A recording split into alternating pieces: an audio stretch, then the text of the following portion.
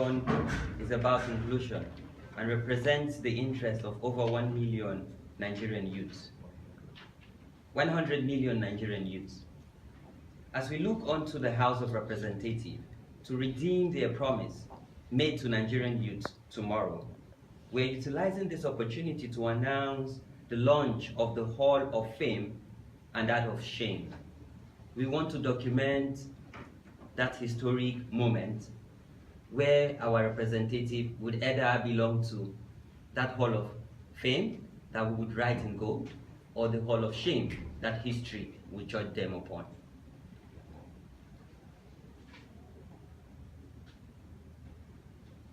We respectively request the National Assembly to publish the voting record on constitutional amendments.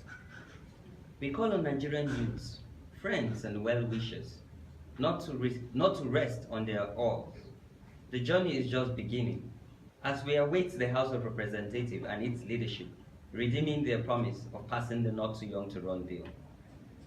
Let us earnestly begin our mobilization for passage of the bill, not less than 30 states of the Federation.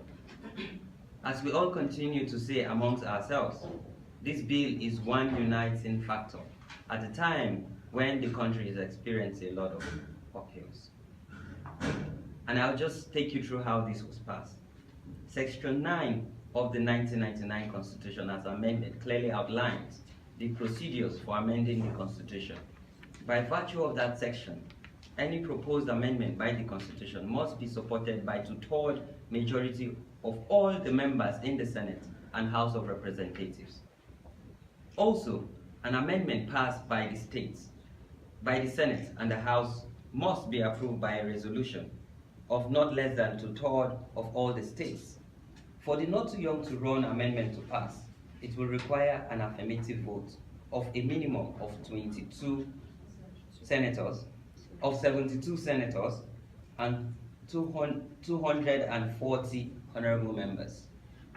It will also require an affirmative vote of 24 state assemblies.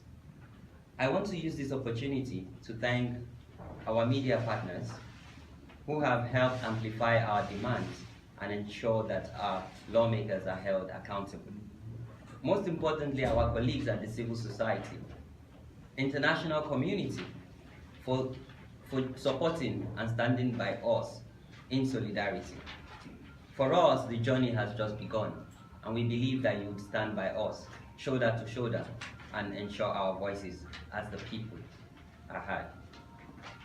So that is the press text. Just to also provide a bit of context, we are not unaware of detention in relation to the passage of this bill. But we are very, very confident, and we must implore the House of Representatives, particularly the 360 legislators who will be voting tomorrow, that they should be guided by conscience, by the principles of equity and the principles of justice. Nigerians have spoken, and we hope that they would respect the will of Nigerians as they vote tomorrow on the review or on the proposed amendments to the Constitution. And that is why we are launching the Hall of Fame and the Hall of Shame.